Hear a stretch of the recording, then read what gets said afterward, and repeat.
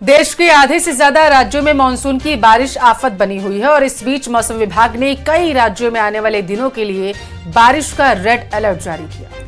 और इस दौरान गुजरात, महाराष्ट्र, गोवा में भारी बारिश की आशंका व्यक्त की गई है मौसम विभाग की तरफ से, जबकि गुजरात में बारिश और बाढ़ की वजह से पहले ही हाहाकार मचा हुआ है। गुजरात के करीब 8 जिलों में करीबन 115 तहसीलें इस वक्त बाढ़ से पूरी तरह से प्रभावित हैं।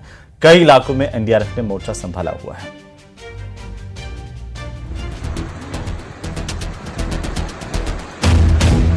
कुदरत का रौद्र रूप, कहर बरपा रहा है सैलाब। कहीं बाढ़ में फंसे लोग, कहीं मूसलाधार बारिश में बही कार। सावन की शुरुआत के साथ ही मौसम ने अपने गियर को एक बार फिर बदल लिया है। गुजरात, मध्य प्रदेश, राजस्थान और यूपी समेत कई राज्यों में कुदरत की सुपर पावर का असर साफ दिख रहा है। लगातार हो रही बारिश के बाद देश भर के कई जिलों में हालात बेकाबू हो चुके हैं। सबसे पहले आपको गुजरात का हाल दिखाते हैं। सूरत में बेहिसाब बारिश हो रही है। शहर के निचले और तटीय इलाकों में हालात बद से बदतर हो चुके हैं। इसी बीच पालसरा इलाके से डराने वाली तस्वीरें आई हैं, जहां सैलाब के बीच फंसे लोगों का रेस्क्यू किया गया।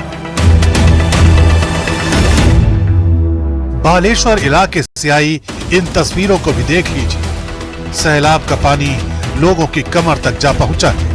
सैकड़ों परिवार सैलाब के शिकंजे में फंसे हैं, जिस वजह से रेस्क्यू बोट के सहारे लोगों की जिंदगी बचाई जा रही है। यहाँ हालात ऐसे हो चुके हैं कि कभी भी कोई बड़ा हादसा हो सकता है, लिहाजा जल्द से जल्द लोगों को सुरक्षित ठिकानों पर पहुंचाने की कोशिश की जा रही है। यहाँ के बाटवा खारा बांध का पानी अपनी हदों को पार कर चुका है, लिहाजा बांध के गेटों को खोला गया तो हालात बेकाबू हो गए। बांध का बेहिसाब पानी इलाकों में दाखिल हो गया। कमर तक बह रहे पानी की रफ्तार इतनी ज्यादा थी कि कई परिवारों को सुरक्षित ठिकानों तक पहुंचने का मौका नहीं मिला, जिसका नतीजा ये हुआ कि ये परिवार सैलाब के बीच फंस गए। धीरे धीरे रेस्क्यू टीम ने मोर्चा संभाला। पहले कई परिवारों तक जरूरी राशन सामग्री पहुंचाई गई। उसके बाद जिन परिवारों को सैलाब से सबसे ज्यादा खतरा था, उन्हें रस्सी और नाव के सहारे रेस्क्यू किया गया। इस दौरान एनडीआरएफ की टीम ने लोगों को बचाने के लिए कड़ी मशक्कत की। यहाँ रवा नदी अपने रौद्र पर है। इस वीडियो को देखिए, जिसमें सैलाब की प्रचंड लहरें चंद सेकंडों के भीतर बिजली के खंभों को अपने साथ बहा ले गई। यहाँ बाढ़ का पानी जितना इंसानों के लिए मुसीबत बना है, उससे कहीं ज्यादा जीवों के लिए। बाढ़ से उफनती नदी की जद में 15 गाय आ गई और देखते ही देखते बाढ़ का पानी उन्हें अपने साथ बहा ले गया। द्वारका में भी भारी बारिश ने जनजीवन को अस्त व्यस्त कर दिया है। सड़क के बीचों बीच फंसी इस बस को देखिए। सैलाब की ताकत के आगे जब मशीन की ताकत जवाब दे गई, तब ट्रैक्टर की मदद से सारे यात्रियों को उतारकर सुरक्षित जगह पर पहुंचाया गया। द्वारका से आई इन तस्वीरों को भी देख लीजिए, जहां कल्याणपुर इलाके में भारी बारिश की वजह से आए सैलाब में ये कार तिनके की तरह बह गई। राजकोट में भी बारिश थमने का नाम नहीं ले रही है, जिसका असर सीधे सीधे जनजीवन पर पड़ रहा है। मूसलाधार बारिश की वजह से सड़कें बाढ़ के पानी में डूब चुकी हैं। सबसे ज्यादा चुनौती का सामना उन लोगों को करना पड़ रहा है जिनके घर इस सैलाब की जद में आ गए। ये तस्वीरें मध्य प्रदेश के छतरपुर की हैं। धसार नदी में आए उफान की वजह से यहाँ 50 से ज्यादा लोग बाढ़ के बीच फंस गए, जिसके बाद एनडीआरएफ की टीम को मोर्चा संभालना पड़ा और करीब 6 घंटे की कड़ी मशक्कत के बाद लोगों को बचाया जा सका। और चलिए अब बात करेंगे नीट विवाद की, क्योंकि नीट विवाद पर कल ही सुप्रीम कोर्ट का आदेश आ गया है, जिस पर सरकार ने भी अब साफ कर दिया कि परीक्षा दोबारा नहीं होगी। लेकिन विपक्ष इस पर जमकर सियासत मचा रहा है, और ऐसा क्यों हो रहा है आपको रिपोर्ट में बताएंगे।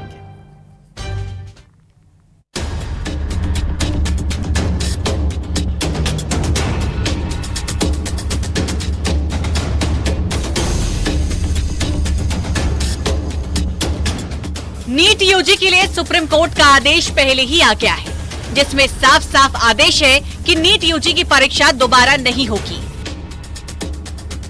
चीफ जस्टिस ने भी साफ कर दिया है कि पूरी परीक्षा में गड़बड़ी होने के पर्याप्त सबूत नहीं मिले हैं, लेकिन अगर जांच के दौरान कोई भी दोषी पाया जाता है तो उसके खिलाफ कार्रवाई की जाएगी। ऐसी स्थिति में उसे एडमिशन नहीं मिलेगा। कोर्ट के फैसले के बाद केंद्रीय शिक्षा मंत्री धर्मेंद्र प्रधान ने भी साफ कर दिया है कि एनटीए 2 दिनों के अंदर नीट यूजी 2024 का फाइनल रिजल्ट घोषित करेगा। सुप्रीम कोर्ट की इस ऐतिहासिक जजमेंट के बाद फिर कहूंगा, सत्यमेव जयते, सच कभी छुप नहीं सकता है। कुछ विषय मैंने कल पार्लियामेंट में कहा भी है। देश की शिक्षा व्यवस्था को सुधारने के लिए, विशेष करके नौजवानों के हितों को सुरक्षित करने के लिए किसी ने क्या किया है, यह ऑन रिकॉर्ड है। हमने तो अपना हिसाब दिया कि हमने पब्लिक एग्जामिनेशन को सुचिता के साथ जोड़ने के लिए कानून भी लाया। जिन लोगों ने 2010 में कानून लाके वापस कर लिए, उनको ही उत्तर देना पड़ेगा किसकी दबाव में आपने कानून लाके आप उसको वापस किए थे। विरोधी दल की भूमिका आज की सुप्रीम कोर्ट की जजमेंट के बाद भी स्पष्ट हुई। विशेष करके देश की नेता प्रतिपक्ष, लोकसभा में नेता प्रतिपक्ष काल तक जो रवैया अपनाए थे, देश की एग्जामिनेशन सिस्टम को अमान्य करना, उसको सेम कहना, उसको रबिश कहना, यह उनकी बौद्धिक स्तर का प्रमाण करती है। हालांकि अब इस फैसले के बाद सियासी बयानबाजी भी शुरू हो गई है। सरकार जहां सुप्रीम कोर्ट के फैसले का स्वागत कर रही है, तो दूसरी तरफ कांग्रेस फैसले पर सवाल उठा रही है। हम इस ऑर्डर का स्वागत करते हैं और हमारी सरकार की, हमारी मंत्रालय की पहले से ही ये स्टैंड थी कि कोर्ट का जो भी आदेश आएगा उस आदेश को हम मानेंगे।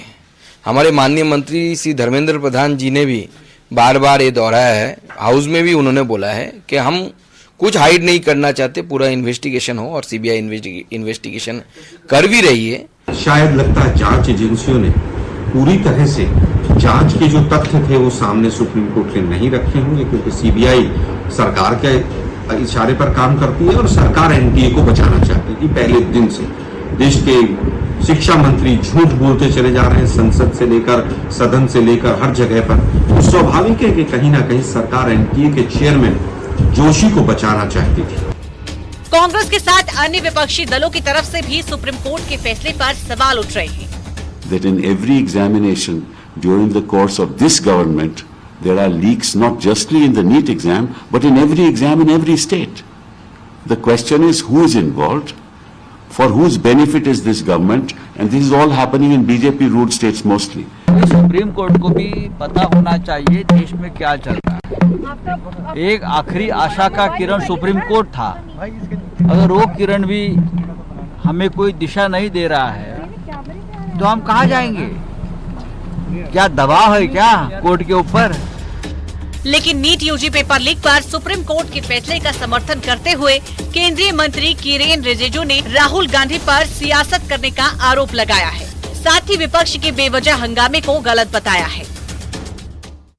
प्रतिपक्ष राहुल गांधी ने पूरे इंडिया का एग्जामिनेशन सिस्टम को फ्रॉड बताया। राहुल गांधी ने कहा कि पूरा देश का जो एग्जामिनेशन सिस्टम है वो धोखा है। ये बहुत बड़ा इंसल्ट है, क्योंकि हमारा देश में जितने आईएएस, आईपीएस, आईएफएस, जितना भी एलिट क्लास के कोई भी सर्विसेज हो या आईआईटी हो, आईआईएम हो, मेडिकल का जितना भी एग्जामिनेशन होता है उसको फ्रॉड कहना ये देश के जनता और सिस्टम को एक तरीके से इंसल्ट किया है। बहरहाल सरकार का रुख तो पहले से ही साफ था, जिस पर सुप्रीम कोर्ट ने भी अपनी मुहर लगा दी है। लेकिन सियासत इन सबसे परे है, लिहाजा आरोप प्रत्यारोप की बात लाजमी है। सियासत करने वाले चाहे जितनी परीक्षा ले लें, एक तय बात यह है कि नीट यूजी की परीक्षा फिर से नहीं होगी। Bureau report, news 18।